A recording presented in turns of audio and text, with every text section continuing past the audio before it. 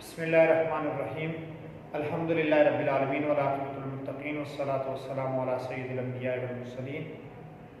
عزیز طلبہ، آپ سب خیر عافیت سے ہوں گے۔ اللہ تعالیٰ آپ سب کو اپنی حفظ و امان میں رکھے۔ آج اسلامیات فرسٹ ایئر کا یہ چوتھا لیکچر ہے، عقیدہ رسالت و نبوت۔ عقیدہ کے بارے میں تو وضاحت ہوئی، عقیدہ رسالت و نبوت کے بارے میں آج وضاحت ہوگی۔ عقیدہ رسالت اور نبوت کا مفہوم کیا ہے؟ رسالت پیغام رسانا، نبوت خبر دینا، یہ لفظی معنی ہے۔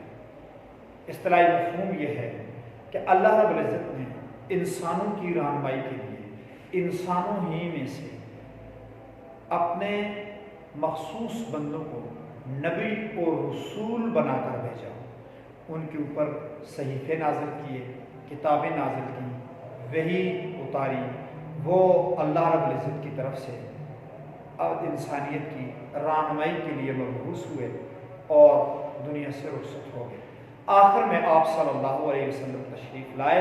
آپ صلی اللہ علیہ وسلم آخری نبی اور رسول ہیں۔ یہ عقیدہ رسالت اور نبوت کا مختصر سا مفہوم ہے۔ نبی اور رسول میں کیا فرق ہے؟ عام طور پر عوام الناس نبی اور رسول میں کوئی فرق نہیں سمجھتے، تاہم کچھ ماہرین نے کہا کہ نبی وہ ہوتا ہے جس کو مستقل کتاب اور مستقل شریعت نہ ملی ہو، اور رسول وہ ہوتا ہے جس کو مستقل کتاب اور مستقل شریعت ملی ہو۔ لیکن محققین وہ بات کرتے ہیں جو عوام الناس میں مشہور ہے کہ نبی اور رسول میں کوئی فرق نہیں ہے۔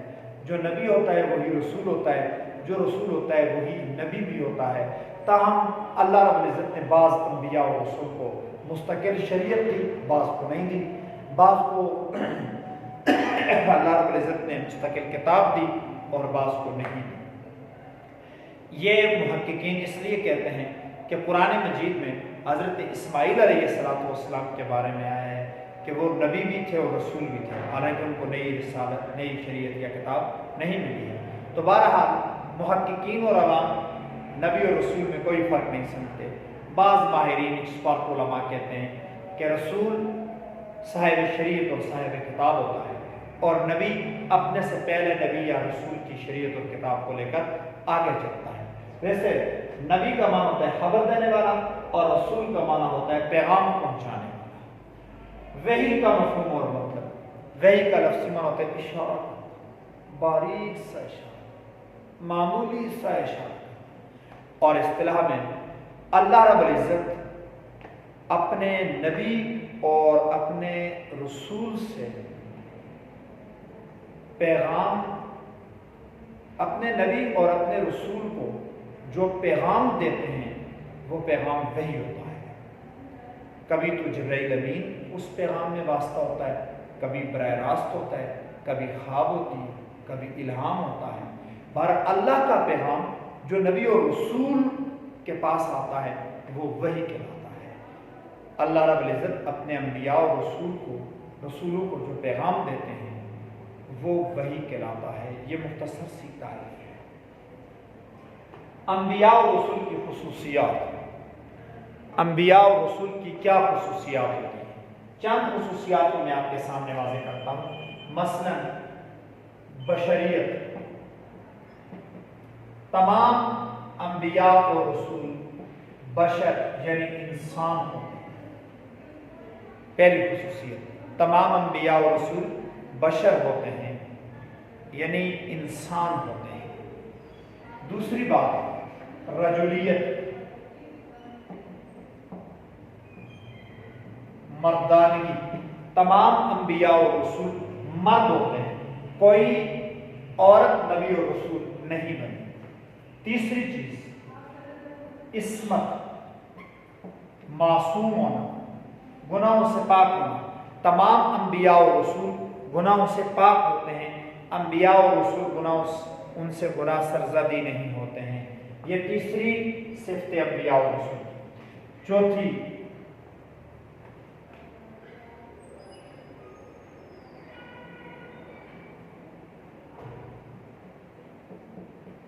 تمام انبیاء اور رسول کامل الاتباع ہوتے ہیں، تمام انبیاء و رسول قابل الاتباع ہوتے ہیں، دونوں بات، ان کی مکمل اتباع کرنی ہوتی ہے اور وہ اتباع کے قابل ہوتے ہیں، اور وہ تمام انبیاء و رسول جو ہیں ان کی اتباع کرنی اپنے اپنے دور پر میں ضروری ہوتی ہے۔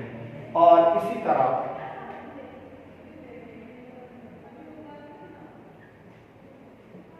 تمام انبیاء و رسول دنیا سے کامیاب تشریف لے کے گئے، کوئی نبی اور رسول دنیا میں ناکام نہیں ہوا ہے۔ اور چھٹی بات، تبلیغ دین، تمام انبیاء رسول نے اپنے اپنے دور میں اپنے دین کو مکمل طور پر لوگوں تک پہنچا دیا تھا۔ یہ انبیاء و رسول کی خصوصیات ہوتی ہیں جو انہیں عام انسانوں سے ممتاز کر دیتی ہیں۔ اس کے علاوہ عقیدہ ختم نبوت اور رسالت کا جو سلسلہ حضرت آدم علیہ السلام سے چلا تھا وہ محمد رسول اللہ صلی اللہ علیہ وسلم پر آ کر ختم ہو گیا۔ آپ صلی اللہ علیہ وسلم، محمد رسول اللہ صلی اللہ علیہ وسلم اللہ رب العزت کے سب سے آخری نبی اور سب سے آخری رسول ہیں۔ آپ صلی اللہ علیہ وسلم کے بعد نہ کوئی نبی آئے گا نہ کوئی رسول آئے گا۔ ما کان محمد ابا احد من رجالکم ولکن رسول اللہ وخاتم النبیین۔ محمد رسول اللہ صلی اللہ علیہ وسلم مردوں میں سے کسی کے باپ تو نہیں ہیں، لیکن محمد رسول اللہ صلی اللہ علیہ وسلم اللہ تعالیٰ کے سب سے آخری نبی اور سب سے آخری رسول ہیں۔ یہ ہے عقیدہ ختم نبوت۔ آخری نبی کا مطلب، ختم نبوت کا مطلب ختم رسالت بھی ہے۔ اچھا، بحیثیت خاتم النبیین رسول اللہ صلی اللہ علیہ وسلم کی خصوصیات، بحیثیت خاتم النبیین رسول اللہ کی کیا خصوصیات؟ پہلی بات عالمگیری، دوسری بات جہانگیری،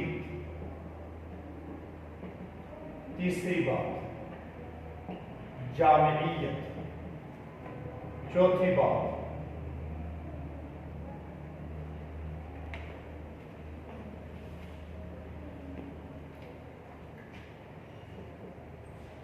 حفاظت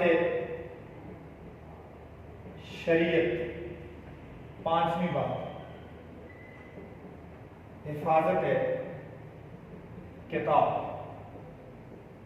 چھٹی بات حفاظت سیرت و حدیث، ساتویں بات سلسلہ داعیان حق، اور آٹھویں بات اللہ تعالیٰ کا فیصلہ۔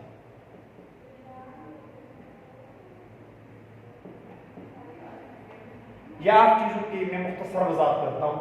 عالمگیریت کا مطلب یہ ہے کہ نبی کریم صلی اللہ علیہ وسلم کافۃ للناس تھے، تمام جہانوں کے لیے، تمام وقتوں کے لیے، تمام قوموں کے لیے، تمام انسانوں کے لیے نبی اور رسول تھے۔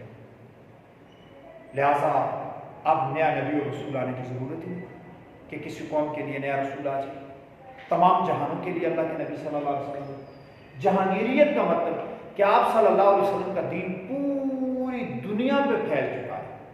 اب دنیا کا کوئی ایسا کونا ہے نہیں ایسا کہ جہاں پر کوئی نیا نبی آنے کی ضرورت ہو اور وہاں پر وہ اپنا دین پھیلائے۔ جامعیت کا مطلب کہ نبی علیہ الصلوۃ والسلام کا دین کمپلیٹ کوڈ آف لائف ہے، کوئی چیز ایسی بچی نہیں کہ اس کے لیے نیا نبی لانے کی ضرورت ہو۔ حفاظت شریعت، پہلے انبیاء کی شریعت، جب انبیاء دنیا سے رخصت ہوتے تھے تو رفتہ رفتہ دین بھی دنیا سے رخصت ہو جاتا تھا، لیکن اللہ رب العزت نے نبی علیہ السلام کے دین کو قیامت تک کے لیے محفوظ کر دیا۔ نئی شریعت آنے کی ضرورت نہیں تو نیا نبی آنے کی ضرورت بھی نہیں۔ حفاظت کتاب، پہلے انبیاء کے اوپر جو وحی آئی وہ محفوظ نہ رہ سکی، لوگوں نے اس میں چیلنج کر دی، کتابیں محفوظ نہ رہ سکی، کتابوں میں تبدیلیاں ہوتی گئیں، ایک ایک کتاب کے 10 حصے ہوتے گئے اور کوئی پتہ نہ چلتا رہا کہ کون سا حصہ ٹھیک ہے، کتابوں میں تحریف ہوئی۔ رد و بدل ہوا اور وہ کتابیں جو تھیں وہ ناپید ہوئی، اصلی زبانوں کے اندر نہ رہیں، جبکہ قرآن مجید کی حفاظت انا نحن نزلنا الذکر و انا لہ لحافظون، قرآن مجید کی حفاظت کا ذمہ اللہ تعالیٰ نے لے لیا اور قرآن میں آج تک کوئی رد و بدل نہیں ہوا۔ اسی طرح منہا ایز اٹ از موجود ہے، تو لہٰذا نیا نبی آنے کی ضرورت ہی نہیں۔ حفاظت سیرت اور حدیث، نبی علیہ الصلوۃ والسلام کی سیرت بھی محفوظ، آپ کی حدیثیں بھی محفوظ، رہنمائی کے لیے ہمیں جس چیز کی ضرورت ہے وہ ہمیں رسول اللہ کی سیرت سے مل جاتی ہے، لہٰذا نیا نبی اور رسول آنے کی ضرورت نہیں۔ سلسلہ داعیان حق، پہلے انبیاء دنیا سے رخصت ہوتے تھے، بعد میں لوگ گمراہ ہو جاتے تھے، ان لوگوں کو راہ راست پہ لانے کے لیے نیا نبی لانے کی ضرورت ہوتی تھی۔ اور جب آپ صلی اللہ علیہ وسلم دنیا سے رخصت ہوئے تو آپ کے بعد اللہ تعالیٰ نے داعیان حق کا ایک سلسلہ شروع کر دیا۔ ہر دور میں حق کے داعی موجود ہیں اور جو رسول اللہ صلی اللہ علیہ وسلم کی نیابت کا کام کر رہے ہیں، تو لہٰذا داعیان حق کا سلسلہ چل پڑا اور قیامت تک چلتا رہے گا، وہ دین کی تجدید اور حفاظت کرتے رہیں گے، تو نیا نبی لانے کی ضرورت ہی نہیں، ضرورت ختم ہوگی۔ اور آخری بات میں نے لکھا کہ اللہ تعالیٰ کا فیصلہ، اللہ تعالیٰ کا کیا فیصلہ ہے؟